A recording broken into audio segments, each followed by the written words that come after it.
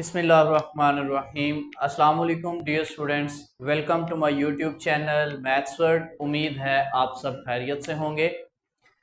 Student, आज हम exercise 10.2 का क्वेश्चन नंबर 11 डिस्कस करने जा रहे हैं। हमारे पास क्वेश्चन जो है cos 19 degree plus sine 19 degree over cos 19 degree minus sine 19 degree equal है tan 64 डिग्री। स्टूडेंट, इस क्वेश्चन को हम लेफ्ट साइड से राइट साइड भी प्रूव कर सकते हैं और राइट से लेफ्ट भी प्रूव कर सकते हैं। अब हम इसको राइट साइड कंसीडर करके लेफ्ट साइड प्रूव करेंगे, जो कि थोड़ा सा इजी मेथड हो जाता है बजाय इसके कि आप लेफ्ट से राइट में जाएं। तो सबसे पहले आप क्या करेंगे कि आप कंसीडर करेंगे राइट हैंड साइड। वो आपके पास क्या आ जाएगी, tan 64 डिग्री। अब जब आपने अलाइड एंगल का कॉन्सेप्ट पढ़ा था तो वहां पे आप क्या करते थे कि एंगल्स को स्टैंडर्ड एंगल्स की फॉर्म में बनाने के लिए उसको स्प्लिट कर लेते थे प्लस या माइनस करके। इसी तरह अब हम क्या करेंगे कि हमारे पास जो 64 है इसको हम स्प्लिट करेंगे 45 प्लस 19। ऐसा हमने क्यों किया? क्योंकि हमारे पास जो आंसर प्रूव करना है लेफ्ट साइड में उसमें आ रहा है 19 डिग्री। तो हमने इस 64 को इस तरह तोड़ना है कि एक चीज 19 बन जाए। तो ये इजी था हमारे पास 45 प्लस 19। अब इसके जो पेयर हैं 64 के, इसको हम लिखेंगे tan 45 डिग्री प्लस 19 डिग्री। अब यहां पे हमारे पास फॉर्मूला बन जाएगा tan अल्फा प्लस बीटा का। ये वाली टर्म आपके पास अल्फा और ये वाली टर्म बीटा। अब आपके पास जो tan का फॉर्मूला है tan अल्फा प्लस बीटा का, वो हमारे पास था tan alpha plus tan beta over 1 minus tan alpha tan beta. अब स्टूडेंट इसके ऊपर हमने ये वाला फॉर्मूला अप्लाई करना है। हमारे पास क्या आ जाएगा, tan अल्फा यानी कि tan 45 degree plus tan beta tan 19 degree. ठीक है, अल्फा की जगह 45 आ रहा है, बीटा की जगह 90। तो इस फॉर्मूले में अल्फा की जगह 45 लगाएंगे, बीटा की जगह पे 19 डिग्री यानी 19 degree over 1 minus tan 45 degree tan 19 degree, ये वाला चीज। अब आपने पढ़ा हुआ है कि कैलकुलेटर पे भी आप चेक कर सकते हैं कि जो आपके पास tan 45 डिग्री है ये बराबर होता है 1 के। आप कैलकुलेटर पे भी ये चीज चेक कर सकते हैं। जहां जहां tan 45 है वहां 1 आ जाएगा plus tan 19 degree over 1 minus इस tan 45 की जगह आएगा 1। ठीक है, जब इसकी जगह 1 आएगा वो इससे मल्टीप्लाई होगा तो आपके पास आ जाएगा tan 19 डिग्री। ठीक है स्टूडेंट, ये आपके पास आ गई। अब आपने करना क्या है, आपने पढ़ा हुआ है कि जो tan होता है बेसिकली tan थीटा कह लो, ये बराबर होता है sine theta over cos theta. Theta की जगह कोई भी वैल्यू हो सकती है, अल्फा बीटा गैमा। जैसे थीटा की जगह यहाँ पे 19 आ गए। हम क्या करेंगे, इस tan को साइन कोस की रेशियो में लिखेंगे। क्यों? क्योंकि हमारे पास जो आंसर बनाना है हमने लेफ्ट साइड पे वो साइन कॉस में। तो जहां जहां tan आ रहा है वहां हम क्या लिखेंगे, साइन ओवर कॉस। थीटा की जगह 19 है तो आएगा sign 19 over cos 19।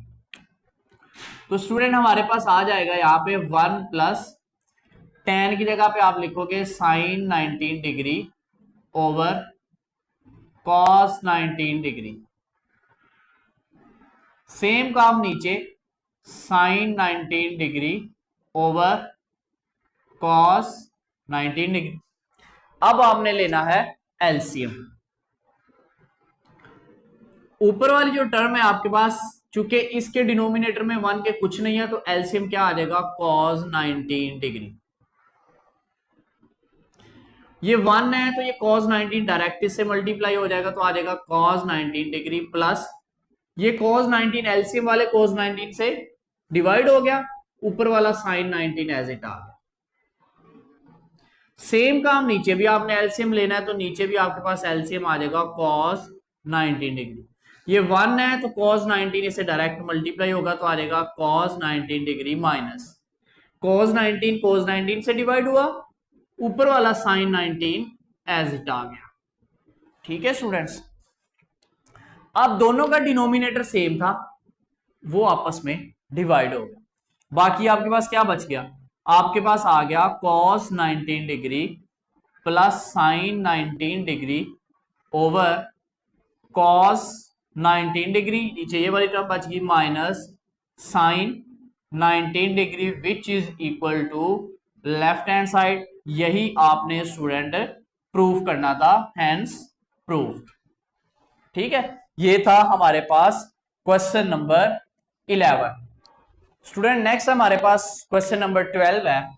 Question number 12 की स्टेटमेंट है cos 60 plus theta cos 60 minus theta plus sin 60 plus theta sin 60 minus theta equal होता है cos 2 थीटा।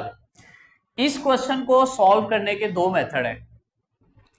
एक मेथड तो ये है कि इस पे फॉर्मूला लगाओ cos अल्फा प्लस बीटा का अलग, इस पे लगाओ cos अल्फा माइनस बीटा का अलग फॉर्मूला, इस पे sin अल्फा प्लस, इस पे sin alpha minus plus alpha minus beta वाला, यानी कि सबके अलग अलग फॉर्मूलाज लगाओ और सॉल्व करो तो राइट साइड आ जाएगी। उस तरह स्टूडेंट क्वेश्चन थोड़ा सा ना लेंथी हो जाता है, यानी इस पे जब अलग का फॉर्मूला लगाओगे cos अल्फा प्लस बीटा क्या होता है cos alpha cos beta minus sin alpha sin beta, वो ये आ जाएगा, फिर इस पे फिर इस पे फिर इस पे। हम क्या करेंगे, थोड़ा सा शॉर्ट मेथड जो है यूज करेंगे, बाकी आप उस मेथड से भी कर सकते हैं। शॉर्ट मेथड ये है कि सबसे पहले तो आप इसकी लेफ्ट साइड कंसीडर करें, वो आ जाएगा cos 60 प्लस थीटा